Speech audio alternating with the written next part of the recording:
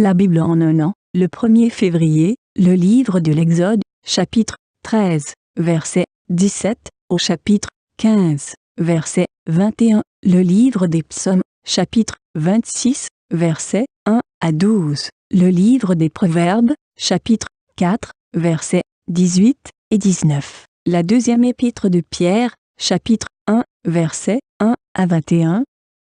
Exode, chapitre 13. Lorsque Pharaon laissa aller le peuple, Dieu ne le conduisit point par le chemin du pays des Philistins, quoique le plus proche, car Dieu dit, « Le peuple pourrait se repentir en voyant la guerre et retourner en Égypte. » Mais Dieu fit faire au peuple un détour par le chemin du désert, vers la mer Rouge. Les enfants d'Israël montèrent en armes hors du pays d'Égypte. Moïse prit avec lui les os de Joseph, car Joseph avait fait jurer les fils d'Israël, en disant, « Dieu vous visitera, et vous ferez remonter avec vous mes os loin d'ici. » Ils partirent de Sukkot, et ils campèrent à Étam, à l'extrémité du désert. L'Éternel allait devant eux, le jour dans une colonne de nuée pour les guider dans leur chemin, et la nuit dans une colonne de feu pour les éclairer, afin qu'ils marchassent jour et nuit. La colonne de nuée ne se retirait point de devant le peuple pendant le jour, ni la colonne de feu pendant la nuit. Exode, chapitre 14. L'Éternel parla à Moïse et dit, « Parle aux enfants d'Israël, qu'ils se détournent, et qu'ils campent devant Pi-Hahiroth, entre Migdol et la mer, vis-à-vis de Baal-Tséphon. C'est en face de ce lieu que vous camperez, près de la mer. Pharaon dira des enfants d'Israël, « Ils sont égarés dans le pays, le désert les enferme. » J'endurcirai le cœur de Pharaon, et il les poursuivra. Mais Pharaon et toute son armée serviront à faire éclater ma gloire, et les Égyptiens sauront que je suis l'Éternel. Et les enfants d'Israël firent ainsi. On annonça au roi d'Égypte que le peuple avait pris la fuite. Alors le cœur de Pharaon et celui de ses serviteurs furent changés à l'égard du peuple. Ils dirent, « Qu'avons-nous fait en laissant aller Israël, dont nous n'aurons plus les services ?» Et Pharaon attela son char, et il prit son peuple avec lui. Il prit 600 chars d'élite, et tous les chars de l'Égypte. Il y avait sur tous des combattants. L'Éternel endurcit le cœur de Pharaon, roi d'Égypte, et Pharaon poursuivit les enfants d'Israël. Les enfants d'Israël étaient sortis la main levée. Les Égyptiens les poursuivirent, et tous les chevaux, les chars de Pharaon, ses cavaliers et son armée les atteignirent campés près de la mer, vers Pi-Hahiroth, vis-à-vis de Baal-Tséphon. Pharaon approchait. Les enfants d'Israël levèrent les yeux, et voici, les Égyptiens étaient en marche derrière eux. Et les enfants d'Israël eurent une grande frayeur, et crièrent à l'Éternel. Ils dirent à Moïse, « N'y avait-il pas des sépulcres en Égypte, sans qu'il fût besoin de nous mener mourir au désert? Que nous as-tu fait en nous faisant sortir d'Égypte? N'est-ce pas là ce que nous te disions en Égypte? Laisse-nous servir les Égyptiens, car nous aimons mieux servir les Égyptiens que de mourir au désert. » Moïse répondit au peuple, « Ne craignez rien, restez en place, et regardez la délivrance que l'Éternel va vous accorder en ce jour, car les Égyptiens que vous voyez aujourd'hui, vous ne les verrez plus jamais. L'Éternel combattra pour vous, et vous, gardez le silence. » L'Éternel dit à Moïse, « Pourquoi ces cris? Parle aux enfants d'Israël, et qu'ils marchent. Toi, lève ta verge, et tends ta main sur la mer, et fends-la. Et les enfants d'Israël entreront au milieu de la mer à sec. Et moi, je vais endurcir le cœur des Égyptiens, pour qu'ils y entrent après eux. Et Pharaon et toute son armée, ses chars et ses cavaliers, feront éclater ma gloire. Et les Égyptiens sauront que je suis l'Éternel, quand Pharaon, ses chars et ses cavaliers auront fait éclater ma gloire. » L'ange de Dieu, qui allait devant le camp d'Israël, partit et alla derrière eux. Et la colonne de nuée qui les précédait partit et se tint derrière eux. Elle se plaça entre le camp des Égyptiens et le camp d'Israël. Cette nuée était ténébreuse d'un côté, et de l'autre elle éclairait la nuit.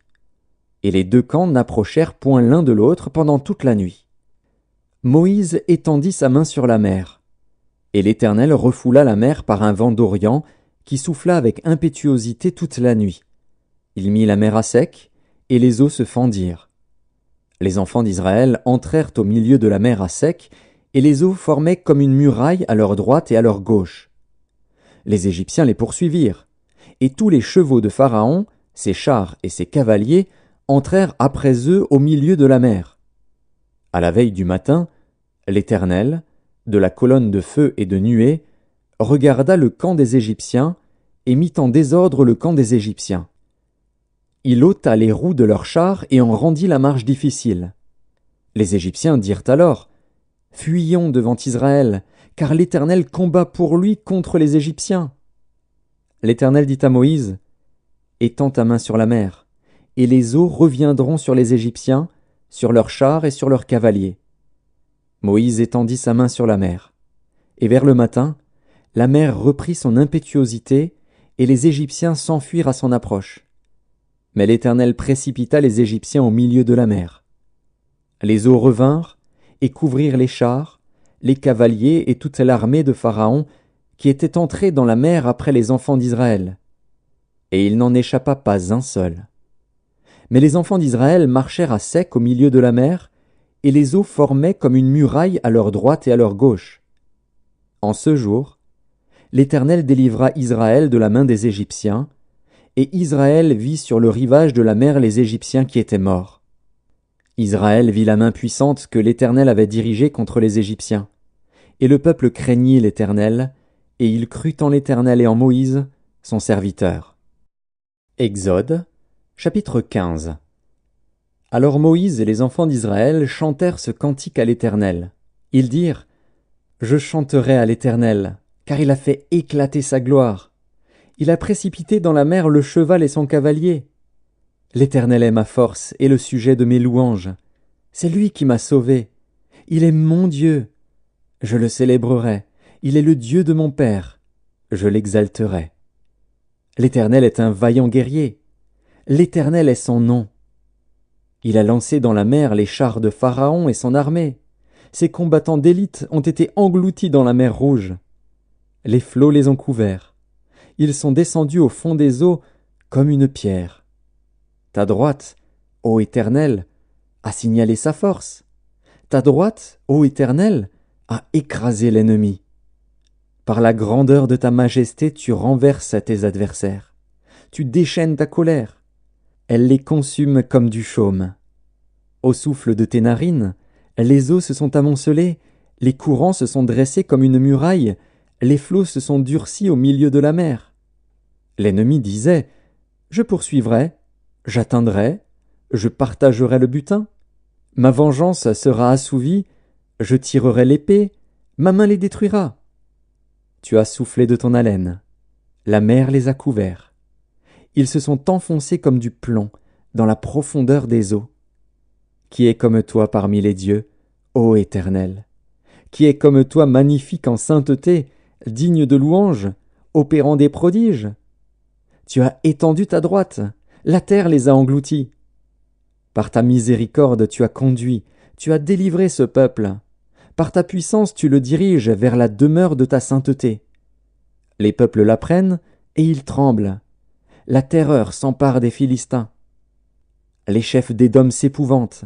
Un tremblement saisit les guerriers de Moab. Tous les habitants de Canaan tombent en défaillance. La crainte et la frayeur les surprendront. Par la grandeur de ton bras, ils deviendront muets comme une pierre, jusqu'à ce que ton peuple soit passé, ô Éternel, jusqu'à ce qu'il soit passé, le peuple que tu as acquis. Tu les amèneras et tu les établiras sur la montagne de ton héritage, au lieu que tu as préparé pour ta demeure, ô Éternel, au sanctuaire, Seigneur, que tes mains ont fondé. L'Éternel régnera éternellement et à toujours. Car les chevaux de Pharaon, ses chars et ses cavaliers sont entrés dans la mer, et l'Éternel a ramené sur eux les eaux de la mer. Mais les enfants d'Israël ont marché à sec au milieu de la mer. Marie, la prophétesse, sœur d'Aaron, prit à la main un tambourin, et toutes les femmes vinrent après elle, avec des tambourins et en dansant. Marie répondait aux enfants d'Israël: « Chantez à l'Éternel, car il a fait éclater sa gloire. Il a précipité dans la mer le cheval et son cavalier. » Psaume 26 de David. Rends-moi justice, Éternel, car je marche dans l'intégrité. Je me confie en l'Éternel, je ne chancelle pas. Sonde-moi, Éternel, et prouve-moi. Fais passer au creuset mes reins et mon cœur, car ta grâce est devant mes yeux et je marche dans ta vérité. Je ne m'assieds pas avec les hommes faux, je ne vais pas avec les gens dissimulés. Je hais l'assemblée de ceux qui font le mal, je ne m'assieds pas avec les méchants.